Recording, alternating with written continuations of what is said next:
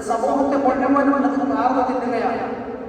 അന്തരീക്ഷത്തിലുണ്ടാകുന്ന മലിനീകരണം, അതുപോലെ തന്നെ പുതിയ തലമുറ, വളർന്നു വരുന്ന തലമുറകളെ മുഴുവനായും ജനിതക വൈകല്യങ്ങളുള്ളവരായി ഭൂമിയിൽ ആകെ നാശം വിതയ്ക്കുന്ന ഒരു പ്രതിഭാസമാണ് യുദ്ധം എന്നുള്ളത്. ഇത്രയേറെ ഭീകരമായ ഒരു യുദ്ധം ആരംഭിക്കാൻ എന്താണ് കാരണം? അതിന് പറയുന്ന കാരണം എന്താണ്? യഥാർത്ഥത്തിൽ ഇറാൻ എന്ന് പറയുന്നതായ ഒരു രാജ്യം, ആ രാജ്യത്തെ ഇങ്ങനെ കടന്നാക്രമിക്കാനും പ്രകോപിപ്പിക്കാനും ഉണ്ടായ കാരണം എന്താണ്?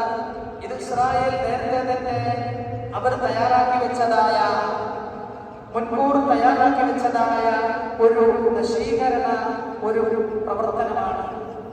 അതിനുവേണ്ടി ഒരു നേരത്തെ തയ്യാറാക്കി വെച്ചിരുന്നതാണ്. എന്നാൽ ആ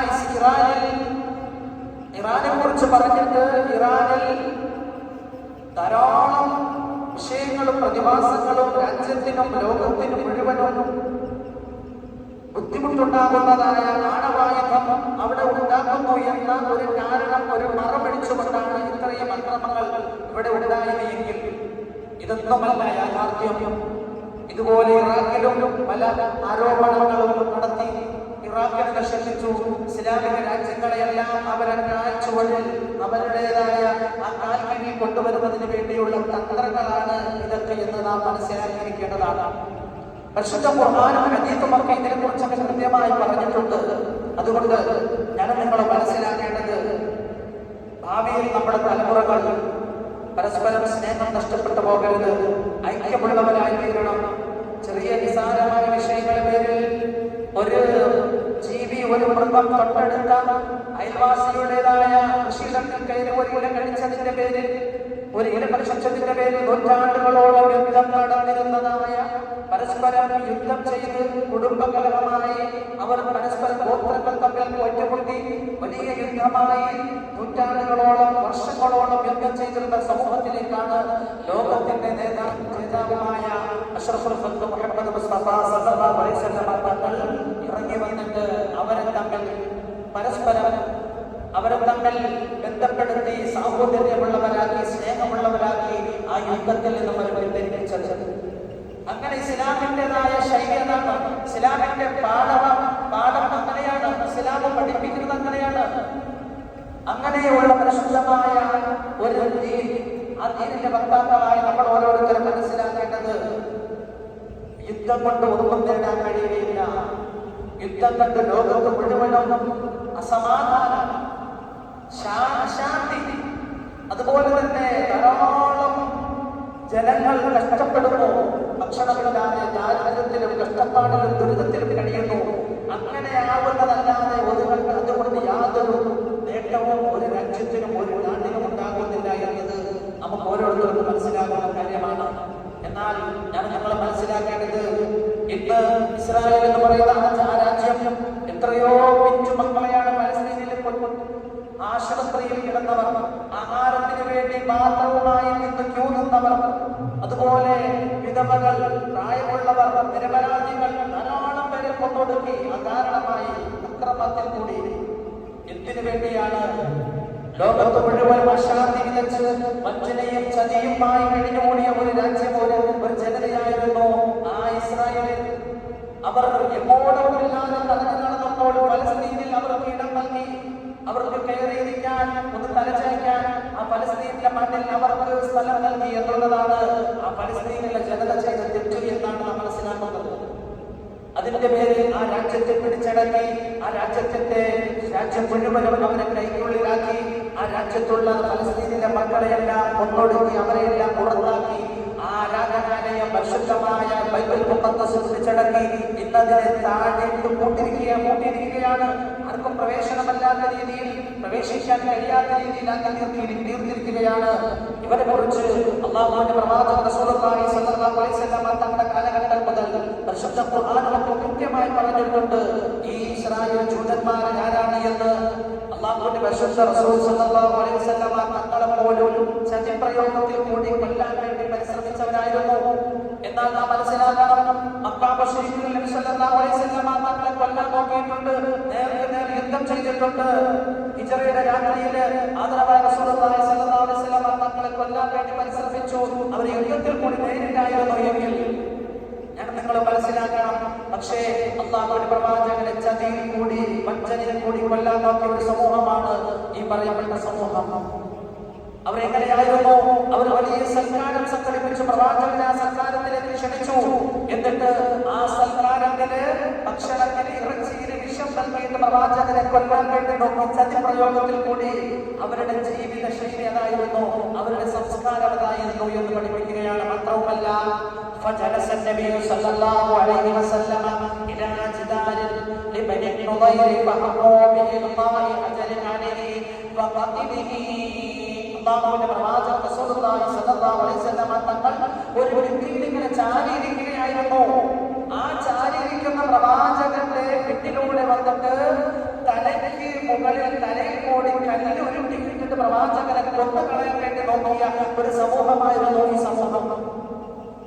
അല്ലാഹുവിന്റെ പ്രവാചകൻ റസൂലുള്ളാഹി സ്വല്ലല്ലാഹു അലൈഹി വസല്ലം തങ്ങളെ കൊല്ലാൻ വേണ്ടി ചതിപ്രയോഗം നടത്തിയവർ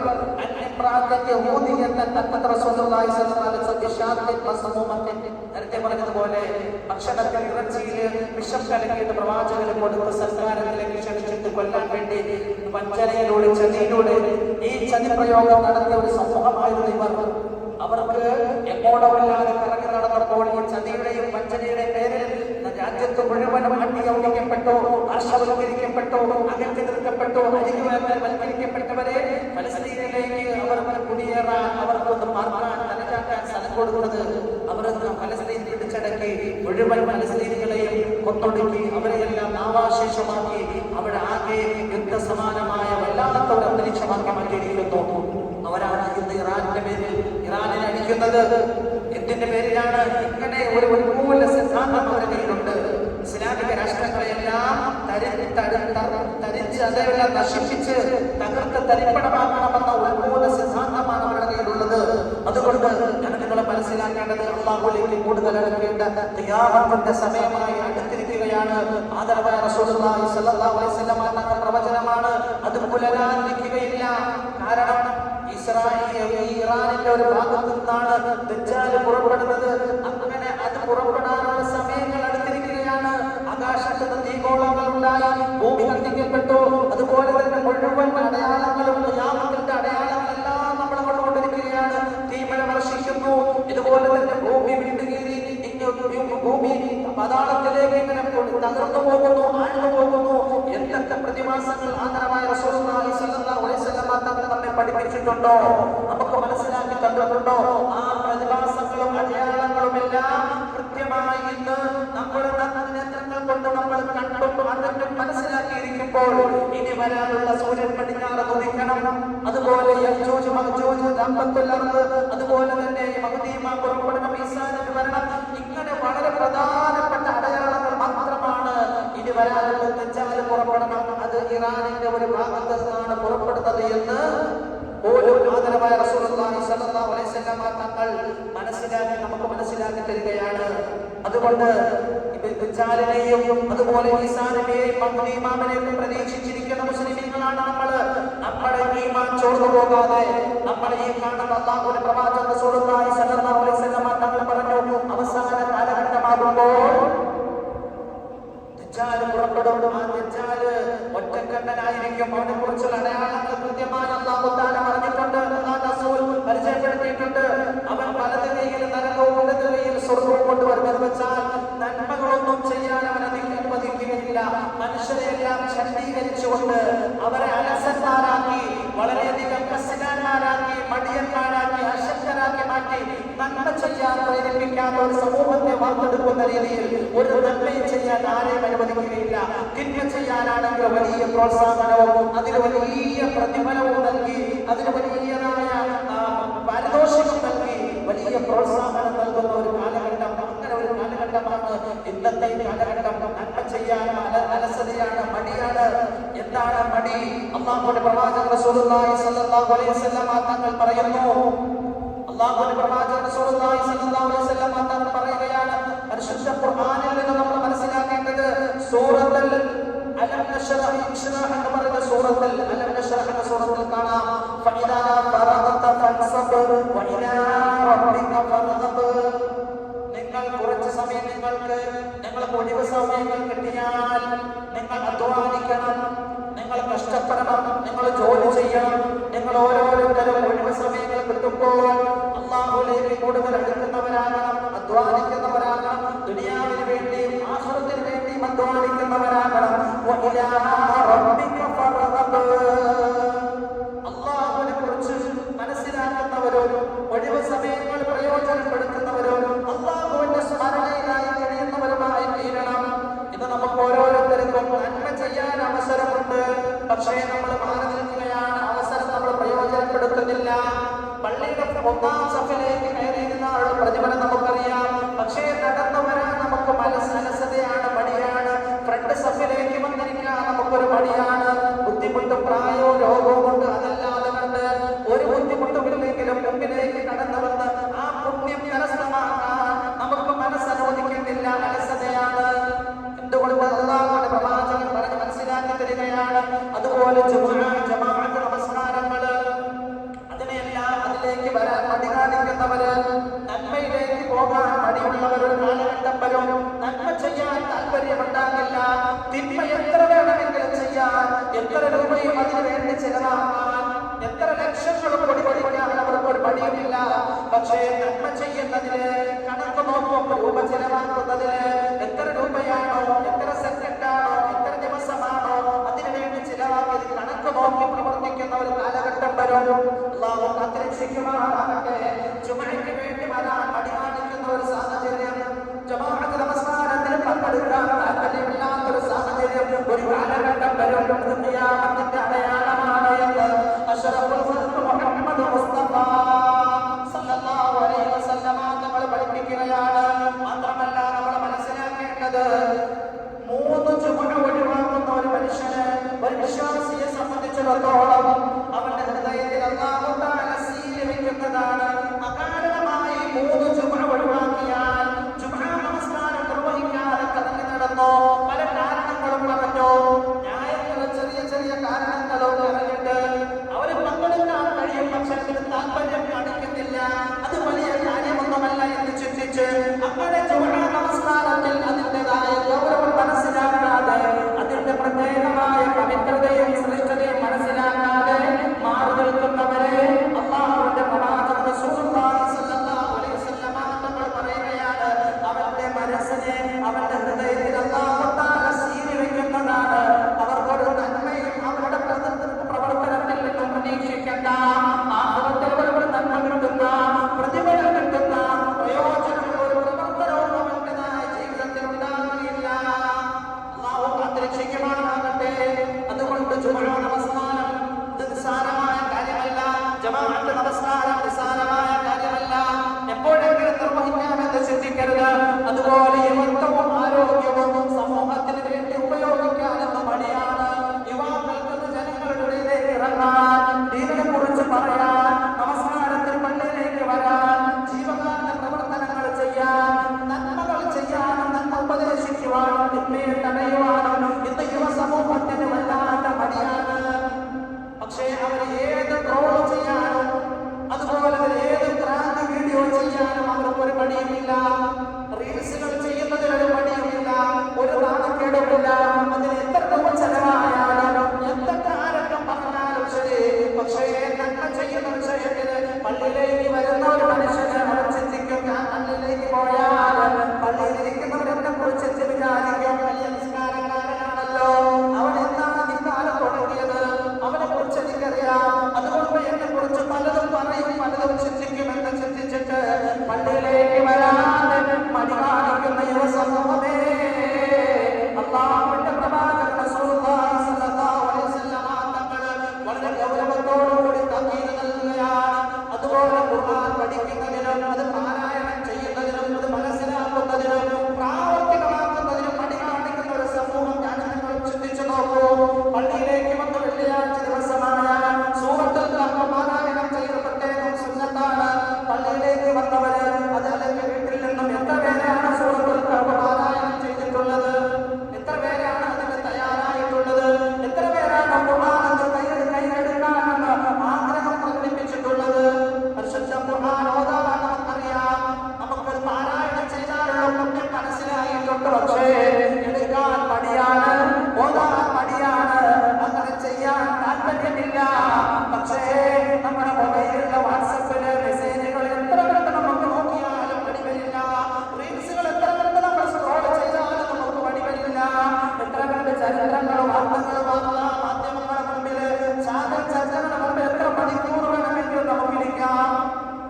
അതിന്റെ അഭിപ്രായങ്ങൾ നമുക്ക് കമന്റുകൾ ചെയ്യാം, അതിനെക്കുറിച്ച് നമുക്ക് പലതും ചർച്ച ചെയ്യാം. പക്ഷേ പരിശുദ്ധ ഖുർആൻ എടുത്തിട്ട് അതിന്റെ ഒരു പേജ് ഓതാനുള്ള മനസ്സ് നമ്മൾ കാണിക്കാത്തത് മടി കൊണ്ടാണ്, അറിയാത്തത് കൊണ്ടല്ല, അതിന്റെ പ്രതിഫലം മനസ്സിലാക്കാത്തത് കൊണ്ടല്ല, അതിന്റെ ഗുണവും അതിന്റെ നേരായ വശങ്ങളും അറിയാത്തത് കൊണ്ടല്ല, മടിയാണ്.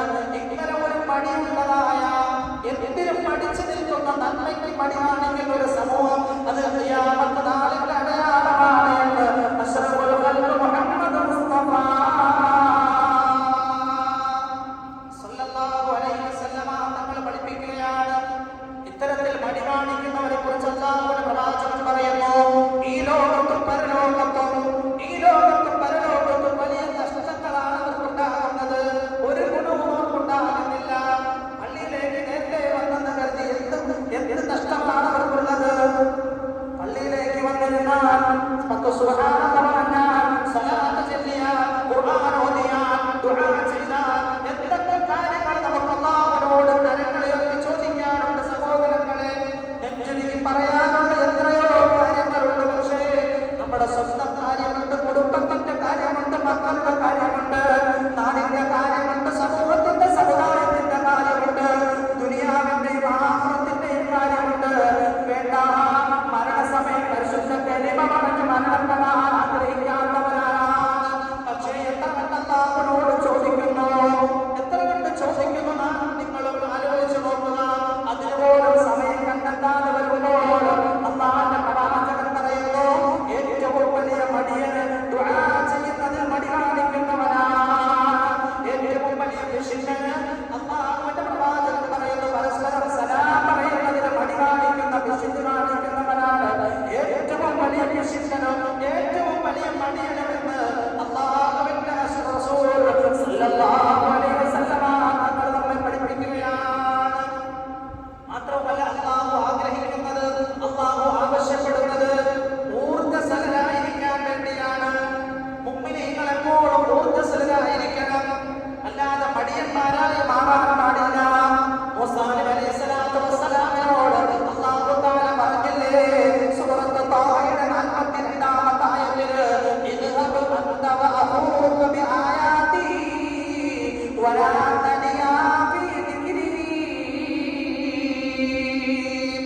ഇദ്ഹബ് മൂസാ നീ പോവുക, അൻത വഅഖൂക, അല്ലാഹുവിന്റെ പ്രവാചകനോട് അല്ലാഹു തആല പറയുകയാണ്, മൂസാ നീ പോവുക, ഇദ്ഹബ് അൻത വഅഖൂക ബിആയാതി വലാ തനിയാ ഫീ ദിക്രി.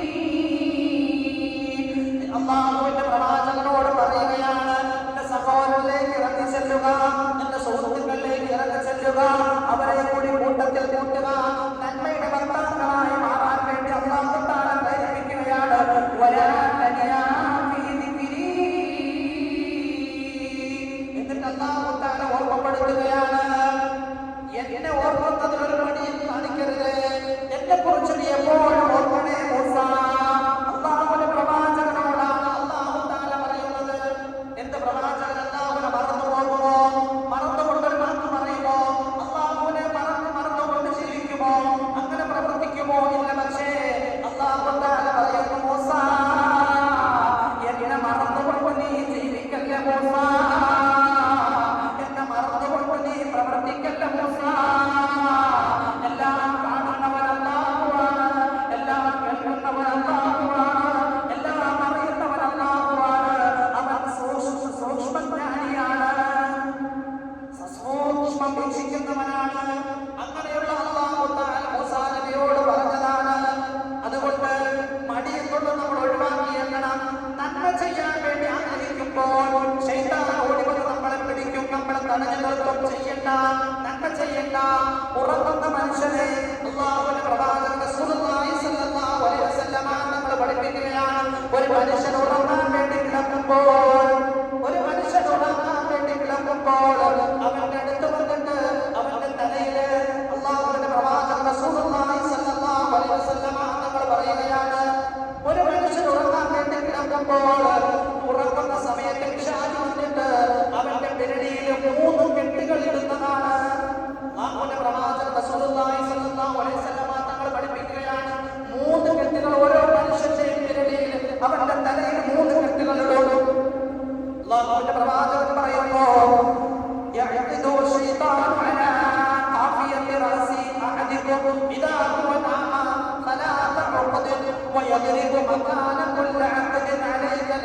طويلا